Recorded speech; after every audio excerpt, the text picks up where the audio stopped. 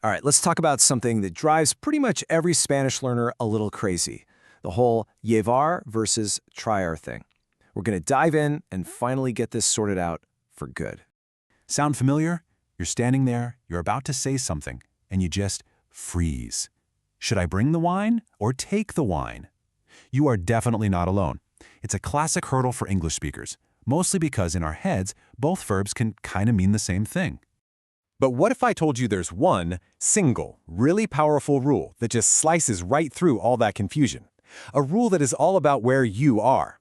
Stick with me, and by the end of this, you're gonna nail it. Okay, let's get straight to it. This is the one rule, the big idea that's gonna unlock this whole thing for you. Here it is. It's this simple. Llevar is for any movement that's going away from you. The best way to think of it is take there. And traer, that's for any movement coming towards you. Think bring here. It's all about direction, relative to you. So this is the key concept we need to lock in, the anchor point. And guess what? You are the anchor point. Your physical spot, or even where you are in a story you're telling, is what everything else depends on. You're basically the center of this little verbal universe.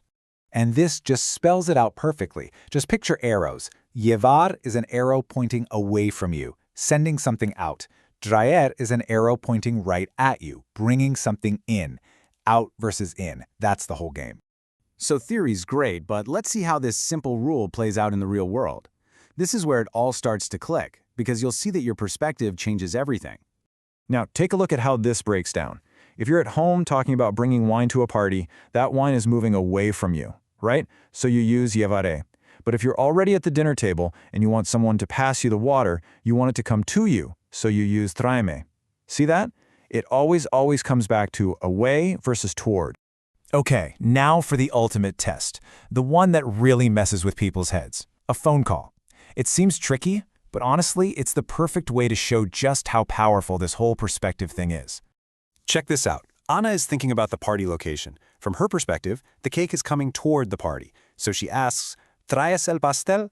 Makes sense. But Luis, he's at his house with the cake. From his anchor point, the cake is about to go away from him. So he replies, Sí, lo llevo. It's the same cake, going to the same party, but because their anchor points are different, they use different verbs. And they're both 100% correct. That's the magic of it. All right, now that we've got the main rule down solid, let's look at a couple of common traps people fall into, and then we'll even expand our vocabulary a little. So here's mistake number one. You're at home, packing. Your suitcase is going away from you to the airport.